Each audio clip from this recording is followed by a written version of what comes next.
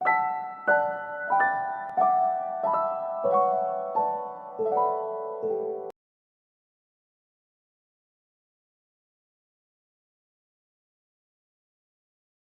Next topic है multiplication of probabilities.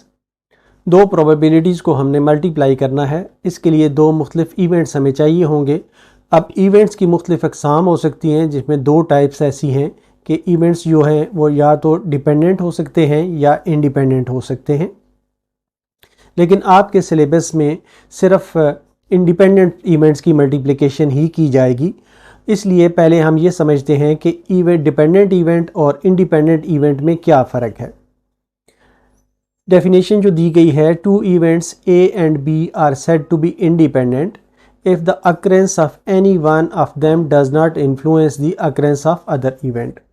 A और B independent events होंगे अगर एक की अकरेंस जो है वो दूसरे की अकरेंस को इन्फ्लुएंस ना करे, इफ़ेक्ट ना करे। अब इसको एक मिसाल से हम समझते हैं कि सपोज़ करें कि हमारे पास एक बैग है और उसमें 12 बॉल हैं, 12 बॉल्स हैं और 4 बॉल्स जो हैं हम 2 दफ़ा निकालते हैं। तो इसके दो तरीके हो सकते हैं। पहला तरीका ये है कि हम बॉल्स को ड्रा करें और जो बॉल निकाले गए हैं उनको वापस ना रखें और दूसरी दफ़ा ड्रा करें। और दूसरा तरीका ये हो सकता है कि हम पहले 4 बॉल निकालें, फिर वो 4 बॉल जो हैं वो वापस रख दें और फिर अगली दफ़ा हम फिर 4 बॉल निकालें।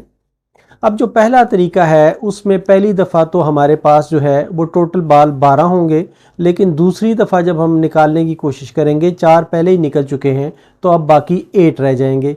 इसलिए इस प्रोबेबिलिटी और इस प्रोबेबिलिटी में फ़र्क आ जाएगा और ये दोनों एक दूसरे पर डिपेंडेंट हो जाएंगे।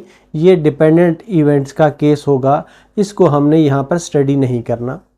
दूसरा जो तरीका है उसमें 4 बॉल्स हमने पहली दफ़ा निकाले हैं, 12 बॉल्स थे, इसमें से 4 बॉल्स निकाले हैं, फिर इन 4 बॉल्स को वापस रख दिया है बैग में और फिर 4 बॉल्स निकाले हैं। इस तरह दूसरी दफ़ा भी ये 12 आया है। इसलिए ये दोनों इवेंट्स जो हैं ये एक दूसरे से इंडिपेंडेंट हैं। इसी चीज़ को हम यहाँ पर स्टडी करेंगे, डिपेंडेंट वाले केस को हम स्टडी नहीं करेंगे। इसका जो फार्मूला होगा वो होगा P of A intersection B is equal to probability of A multiplied by probability of B।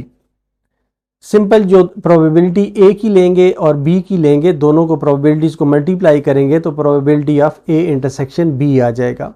इसी से एक जनरलाइज रिज़ल्ट भी हम हासिल कर सकते हैं। अगर हमारे पास 2 से ज़्यादा प्रोबेबिलिटीज़ हमें फाइंड करनी हो, A1, A2, A3 का इंटरसेक्शन, AN तक इंटरसेक्शन, तो इन सारी प्रोबेबिलिटीज़ को हम मल्टीप्लाई करेंगे तो हमारे पास रिज़ल्ट आ जाएगा।